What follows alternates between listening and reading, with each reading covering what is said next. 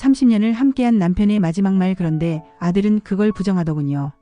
저는 올해 73, 30년 전 지금의 남편과 재혼하며 조용히 그리고 최선을 다해 살아왔습니다. 그는 말이 많지 않았지만 언제나 제 손을 꼭 잡아주던 사람이었고 마음이 무너지는 날엔 말없이 등을 토닥여주던 그런 사람이었습니다.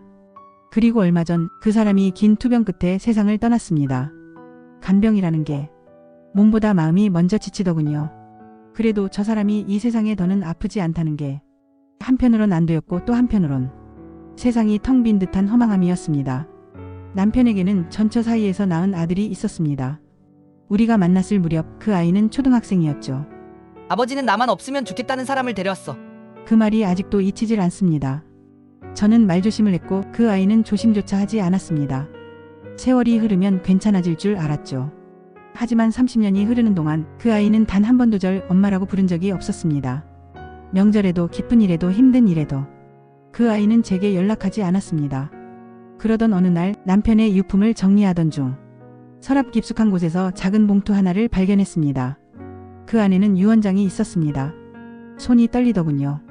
어쩌면 제 이름이 아닐 수도 있다는 생각도 들었고 반대로 제 이름이 있다면 그 아이는 또 얼마나 상처받을까 두려웠습니다. 그런데 남편은 이렇게 적어놓았더군요. 내가 가진 집, 상가, 예금 전부 아내에게 남긴다. 아들은 내 뜻을 이해해 주길 바란다. 집 한 채, 조그만 상가 하나, 그리고 노후를 위해 둘이 함께 아껴가며 모아온 돈. 그 모든 것을 제게 남긴다는 말. 그 순간 저는 오열했습니다.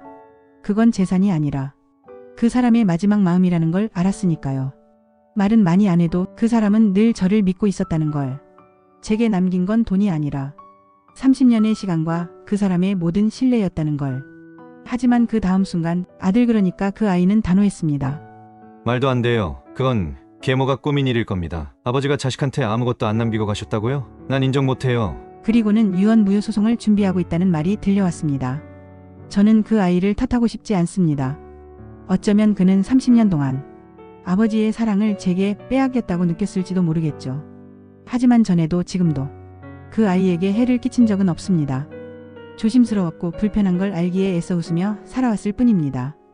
그런데 그렇게 노력하며 살아온 30년이 단 한 장의 유언장을 들고 있는 제가 탐욕스러운 사람처럼 보이게 만든다면 그 세월은 과연 무슨 의미가 있을까요?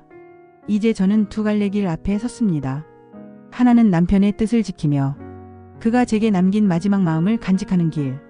또 하나는 그 아이가 더는 아프지 않게 모든 것을 내려놓고 물러서는 길. 남편이 지금 하늘에서 보고 있다면 무엇을 원했을까요? 그리고 여러분이라면 30년의 진심과 사랑을 부정당한 이 상황에서 어떤 선택을 하시겠습니까? 사람의 진심은 죽음 이후에도 전해질 수 있을까요?